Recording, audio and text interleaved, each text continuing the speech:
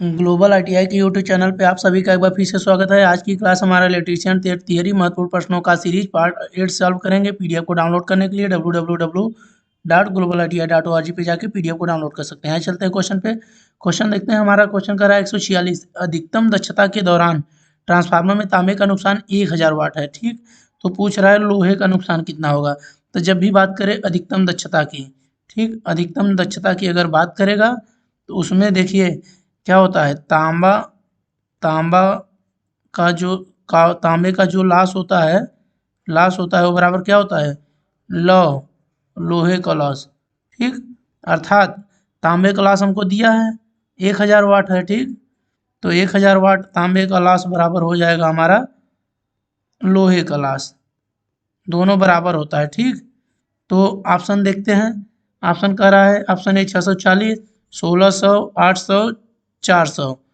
तब इसमें हमारा लोहे का नुकसान कितना होगा, 1000 वाट होगा। ऑप्शन ए भी गलत, ये भी गलत, ये भी गलत, ये भी। अर्थात अगर इनमें दे देता इनमें से कोई नहीं, इनमें से कोई नहीं, ठीक, तो हमारा ऑप्शन नंबर ई मान लेते हैं, ई सही हो जाएगा। इनमें से कोई नहीं, सभी ऑप्शन गलत है। कितना आएगा, 1000 वाट, 1000 वाट। तो क्वेश्चन में कभी कभी दे देगा इनमें से कोई नहीं, तो ऑप्शन नंबर वहीं सही होगा, जो जिस पे लिखा रहेगा इनमें से कोई नहीं। ठीक, चलिए नेक्स्ट देखते हैं। क्वेश्चन नंबर 147, एक ट्रांसफार्मर के प्राथमिक पक्ष 200 है, 200 टर्न दिया है, द्वितीय टर्न दिया है कितना, 20 टर्न। यदि हम इसकी प्राथमिक स्तर पर 200 वोल्टेज डीसी लागू करते हैं तो द्वितीय सतह पर वोल्टेज, ये कहना चाह रहा है, क्वेश्चन कह रहा है कि ये ट्रांसफार्मर की वाइंडिंग है। ठीक, ट्रांसफार्मर की वाइंडिंग हो गई, इधर प्राइमरी हो गई, इधर सेकेंडरी। तो इधर दे रहा है 200 टर्न, 200 टर्न हो गया। इस साइड बोल रहा है कि 20 टर्न है, 20 टर्न, N2 बराबर 20, N1 बराबर 200। और इधर 200 वोल्ट डीसी कर रहा है, क्या कर रहा है, डीसी। तो पूछ रहा है सेकेंडरी साइड कितना वोल्टेज जनरेट होगा। आसमान में दिया है 200 गलत, 20 गलत, 100 गलत। जब देखिए डीसी वोल्टेज, क्वेश्चन को ध्यान से पढ़ा करिए, क्वेश्चन बहुत आसान देता है एग्जाम में, बस उसके घुमाया रहता है थोड़ा सा। देखिए डीसी जब भी लागू करेगा तो ट्रांसफार्मर में द्वितीयक साइड वोल्टेज कितना होगा, जीरो, अर्थात वोल्टेज द्वितीयक साइड जनरेट नहीं होगा। ठीक, ट्रांसफार्मर किस सिद्धांत पर कार्य करता है, चुंबकीय फ्लक्स, मतलब कि म्यूचुअल इंडक्शन। ठीक, किसके द्वारा ऊर्जा ट्रांसफर होती है, फ्लक्स के द्वारा, याद रखिएगा। अब क्वेश्चन क्या कर रहा था, ट्रांसफार्मर के द्वितीयक साइड अगर हम डीसी वोल्टेज प्राइमरी में देंगे तो द्वितीयक में क्या होगा, वोल्टेज पैदा नहीं होगा, ट्रांसफार्मर की प्राइमरी वाइंडिंग जल जाएगी। ठीक, ऑप्शन नंबर सी से जो होगा जीरो, 147 का जीरो। चलिए नेक्स्ट देखते हैं। क्वेश्चन नंबर 148 कह रहा है कि ट्रांसफार्मर टैपिंग स्विच किस वाइंडिंग से जुड़ा होता है। जो ट्रांसफार्मर में टैपिंग स्विच होता है किस वाइंडिंग से जुड़ा हुआ होता है। ऑप्शन नंबर ए प्राथमिक वाइंडिंग, बी दिया है द्वितीयक वाइंडिंग, सी दिया है प्राथमिक द्वितीयक, डी दिया है सीधे एसटी लाइन से। तो देखिए हमारा जो ट्रांसफार्मर में टैपिंग स्विच होती है वह एक प्रकार की स्विच होती है जो कि हमारा द्वितीयक वाइंडिंग से जुड़ा हुआ होता है, द्वितीयक से। ऑप्शन नंबर बी सही हो जाएगा। यह क्या करता है, ट्रांसफार्मर के सेकेंडरी वोल्टेज को 2.5%, 5%, 7.5% तक क्या करता है, परिवर्तित कर सकता है, कम ज़्यादा करता है। ठीक है, क्या करेगा, वोल्टेज को कम ज़्यादा करने के लिए टैपिंग का इस्तेमाल करते हैं ट्रांसफार्मर में। ट्रांसफार्मर में जो टैपिंग स्विच होता है वो क्या होता है, द्वितीयक, ट्रांसफार्मर के द्वितीयक बाइंडिंग में जुड़ा हुआ होता है। हमारा ऑप्शन नंबर बी सही हो जाएगा। ये देखिए सीधे एसटी लाइन में बोला है, लाइन में तो जुड़ता ही नहीं, किसमें जुड़ता है, बाइंडिंग में, वो भी किसमें, द्वितीयक बाइंडिंग में। 48 का बी सही हो जाएगा। चलिए नेक्स्ट देखते हैं। क्वेश्चन नंबर 149 करा, ट्रांसफार्मर में सिलिका जेल ब्रीदर का उपयोग जो होता है के लिए किया जाता है, किसके लिए किया जाता है। ऑप्शन नंबर ए नमी का शोषण रोकने के लिए, बी दिया है आग को रोकने के लिए, सी दिया तापमान को, डी दिया है सभी को।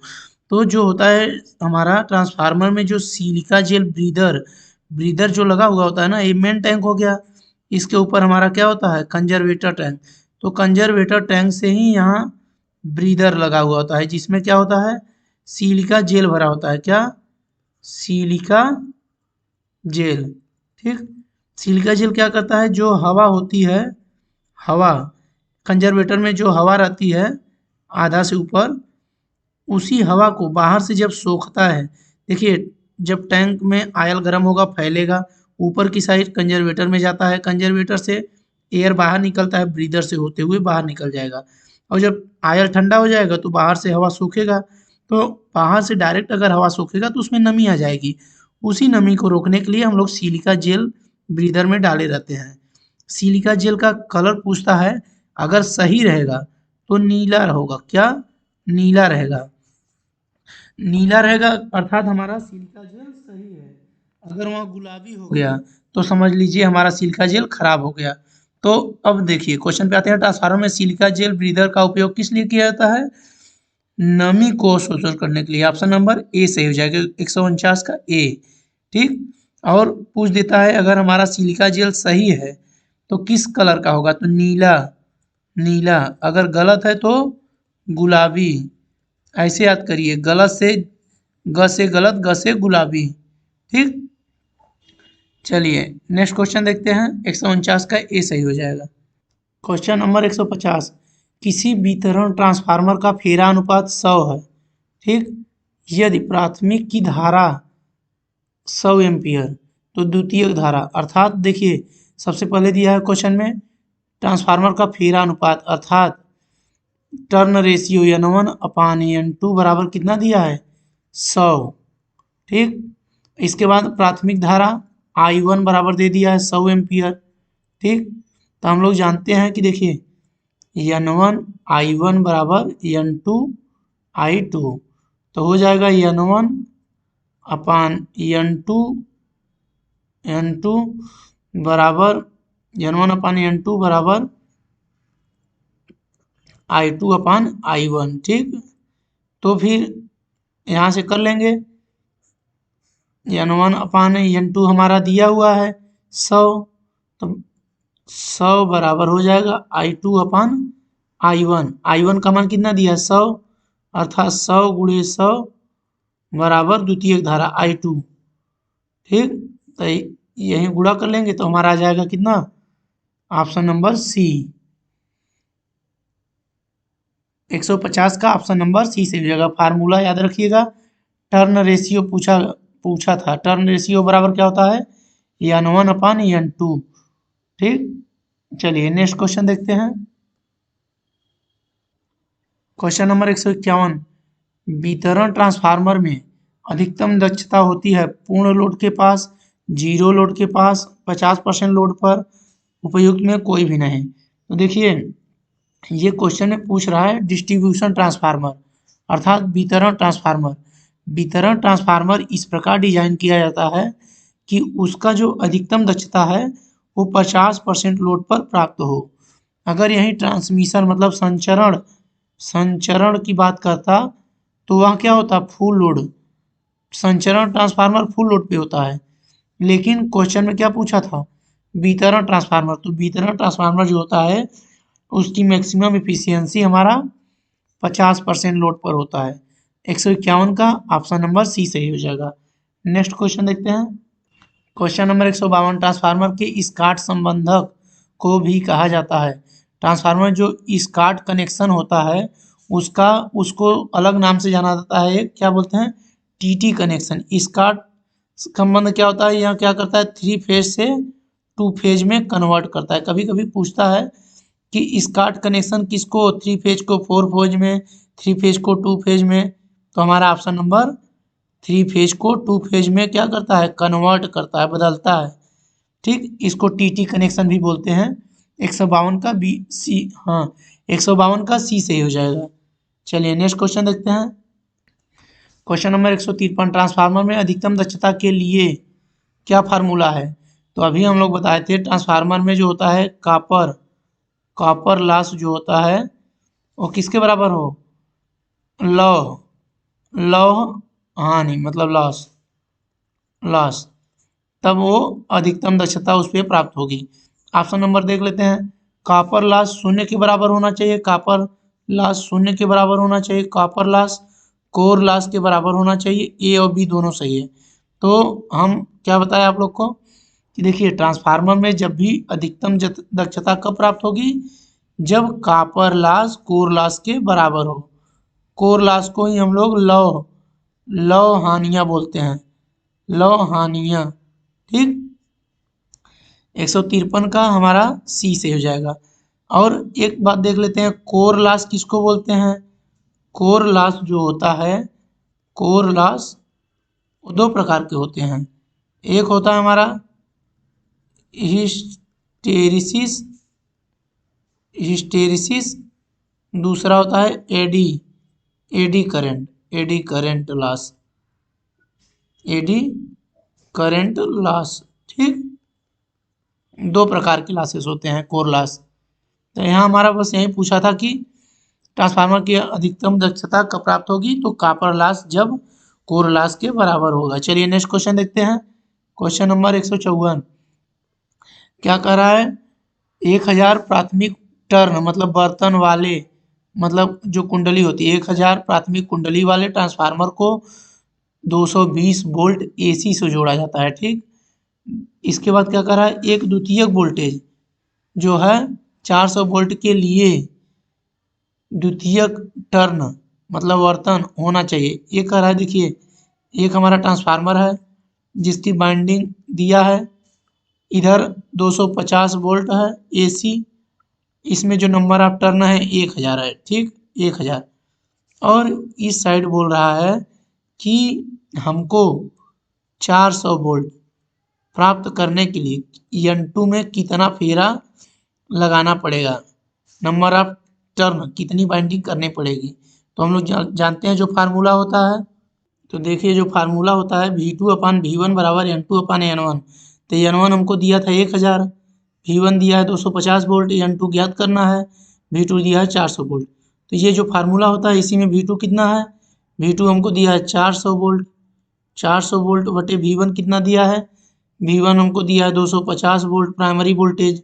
अब देखिए N2 तो ज्ञात करना है, N1 कितना दिया है 1000, तो ये मल्टीप्लाई हो जाएगा आपस में। देखिए N2 बराबर हो जाएगा 400 गुणे 1000 बटे 250। ठीक, तो ये जीरो से कट गया, 25 चौका 100 और 4 इंटू 400 बराबर क्या हो जाएगा 1600, क्या हो जाएगा 1600। तो हमारा ऑप्शन नंबर ए सही हो जाएगा। अगर प्राथमिक में 250 वोल्टेज है और द्वितीयक में 400 वोल्टेज चाहिए तो हमको 1600 नंबर ऑफ टर्न घुमाना पड़ेगा बाइंडिंग को। ठीक है, चलिए 154 का ए सही हो जाएगा। नेक्स्ट क्वेश्चन देखते हैं। क्वेश्चन नंबर 155 क्या कर रहा है, ट्रांसफार्मर की शक्ति दक्षता अधिकतम कब होती है। ऑप्शन ए दिया है, जब वह संपूर्ण निर्धारित भारित होता है, जब वह ऐसा भारित होता है कि तांबे की हानि लौह हानि के समान होती है। ऑप्शन नंबर सी कह रहा है, जब वह आंशिक रूप से भारित होता है। डी कह रहा है, जब उपरोक्त में से कोई स्थिति नहीं रहता। अर्थात देखिए क्वेश्चन क्या कह रहा था, हमारा जो है ट्रांसफार्मर जो है कब उसको अधिकतम दक्षता प्राप्त होगा, तो हमने आपको अभी बताया था ऑप्शन नंबर बी, जब वह ऐसा लोड हो उसमें कि तांबे की जो हानि है वो लौह हानि अर्थात कोर हानि के बराबर हो। 155 का ऑप्शन नंबर बी सही हो जाएगा। नेक्स्ट क्वेश्चन देखते हैं। क्वेश्चन नंबर 156 कह रहा है कि एक ऑटो ट्रांसफार्मर में 4 बाइंडिंग क्या होता है, 4 बाइंडिंग होती है, 1 बाइंडिंग होती है, 3 बाइंडिंग और 2 बाइंडिंग। तो जो ऑटो ट्रांसफार्मर होता है हमारा उसमें केवल 1 बाइंडिंग होती है। ऑप्शन नंबर बी से हो जाएगा। क्या होता है, केवल 1 बाइंडिंग, ऐसे बाइंडिंग रहेगा। ठीक, और इसमें से इधर साइड लोड लगा देंगे, मान लीजिए इसको लोड, ये है हमारा लोड, और इधर बना रहेगा, मान लीजिए इधर V2 हो गया तो इधर साइड हो गया V1। एक साइड रहता है प्राइमरी, एक साइड सेकेंडरी। ऑटो ट्रांसफार्मर में क्या होता है, केवल सिंगल बाइंडिंग होता है। 156 का ऑप्शन नंबर बी से हो जाएगा। चलिए नेक्स्ट देखते हैं। क्वेश्चन नंबर 157 3 फेज 4 वायर वाली सेवा के लिए निम्नलिखित में से कौन सा ट्रांसफार्मर संयोजन उत्कृष्ट है, मतलब अच्छा है। Option number A delta delta, delta star, star delta. देखिए क्वेश्चन पूछ रहा था कि अगर इधर 3 फेज है और हमको उसके बाद सेकेंडरी साइड 4 तार चाहिए तो उसके लिए कौन सा ऐसा सिस्टम उपयुक्त है। तो देखिए अब हमारा क्या कहा था कि जब अगर सेकेंडरी साइड जिधर साइड 4 तार चाहिए तो उधर हम स्टार लगाते हैं। देखिए कैसे, एक ये हो गया, एक 2 हो गया, एक 3 हो गया, एक न्यूट्रल, तो यहाँ 4 तार बन गया। लेकिन अगर ऐसे डेल्टा बनता तो डेल्टा में तो 3 ही वायर होता, ठीक। तो जिस साइड कहे 4 तार चाहिए उस साइड हमको क्या करना होगा, स्टार लेना होगा। तो सेकेंडरी साइड किस में स्टार है, ऑप्शन नंबर बी में। तो हमारा star delta star, 3 phase delta 3 phase हो गया, स्टार क्या होगा 4 तार होगा, ठीक। 157 का ऑप्शन नंबर बी सही हो जाएगा। चलिए नेक्स्ट क्वेश्चन देखते हैं। क्वेश्चन कर रहा है 158, एक ट्रांसफार्मर में ऊर्जा प्राइमरी से सेकेंडरी वाइंडिंग में किस माध्यम से अंतरित होती है। जो ट्रांसफार्मर होता है उसमें पूछ रहा है जो ऊर्जा होती है किस माध्यम से प्राइमरी से सेकेंडरी माध्यम में जाती है। तो हम लोग जानते हैं ट्रांसफार्मर जो है इसमें फ्लक्स रहता है, क्या होता है, चुंबकीय फ्लक्स। ऑप्शन नंबर बी सही हो जाएगा, चुंबकीय फ्लक्स के द्वारा। ट्रांसफार्मर किस सिद्धांत पर कार्य करता है, अन्योन्य अन्योन्य प्रेरण प्रेरण। ये फ्लक्स जो होता है इसमें बाइंडिंग होती है, फ्लक्स चुंबकीय फ्लक्स के द्वारा प्राइमरी से सेकेंडरी वाइंडिंग में वोल्टेज प्राप्त होता है। ऑप्शन नंबर बी से हो जाएगा। चलिए नेक्स्ट क्वेश्चन देखते हैं। क्वेश्चन नंबर 159, एक ट्रांसफार्मर को लेमिनेटेड किस लिए किया जाता है। जो ट्रांसफार्मर की पत्ती को लेमिनेटेड किया जाता है वो किस लिए किया जाता है, कॉपर लॉस को कम करने के लिए, हिस्टैरिसीस लॉस को कम करने के लिए, पावर लॉस को कम करने के लिए, एडी करंट लॉस को कम करने के लिए। तो क्वेश्चन में पूछ रहा है ट्रांसफार्मर में जो लेमिनेशन पत्तियों को पतला पतला पत्ती करके कोर को बनाते हैं, ठीक, उसके बाद उस पत्ती को लेमिनेटेड किया जाता है, ठीक। तो लेमिनेटेड क्यों किया जाता है, एडी करंट लॉस को कम करने के लिए लेमिनेटेड करते हैं। ऑप्शन नंबर डी सही हो जाएगा। ये एडी करंट लॉस क्या होता है, इसको बोलते हैं कोर लॉस। क्या बोलते हैं, कोर लॉस। कोर लॉस क्या होता है, दो प्रकार का होता है, एक होता है हिस्टेरिसिस हिस्टेरिसिस, दूसरा होता है eddy current eddy current loss. Eddy current loss को कम करने के लिए हम लोग उसको पतले पतले कोर को पत्ती के रूप में बना के उसको लेमिनेशन करते हैं, लेमिनेट करते हैं, ठीक है। 159 का ऑप्शन नंबर डी से हो जाएगा। चलिए नेक्स्ट क्वेश्चन देखते हैं। क्वेश्चन नंबर 160, यदि सिंगल फेज ट्रांसफार्मर के प्राइमरी बाइंडिंग का प्रतिरोध जो दिया है कितना, R1 बराबर दिया है 2 ओम, ठीक, और प्राइमरी से सेकेंडरी के अर्थ में टर्न अनुपात मतलब क्या होता है, N1/N2 क्या होता है, टर्न रेशियो जो होता है N1/N2 कितना दिया है 10, टर्न अनुपात हो गया। अब पूछ रहा है कि सेकेंडरी के संदर्भ में प्राइमरी का समतुल्य प्रतिरोध। देखिए अब टर्न अनुपात N1/N2 बराबर 10 दिया है। अब N2/N1 बराबर होता है के मतलब ट्रांसफॉर्मेशन रेशियो। तो N2/N1 जब करेंगे तो हो जाएगा क्या, 1/10। तो प्राइमरी के समतुल्य प्रतिरोध क्या बोल रहा है, सेकेंडरी के संदर्भ में प्राइमरी का जो समतुल्य प्रतिरोध होगा, इक्विवेलेंट प्रतिरोध क्या होगा R1 × K²। R1 हमारा 2 है, K² मतलब 1/10 का स्क्वायर, ठीक, अर्थात 2/100 बराबर हो जाएगा 1/ कट जाएगा 1/50 1/50 हो जाएगा, ठीक, जिसका मान आ जाएगा हमारा 0.02 ओम। ऑप्शन नंबर सही हो जाएगा हमारा सी, ऑप्शन नंबर सी सही हो जाएगा।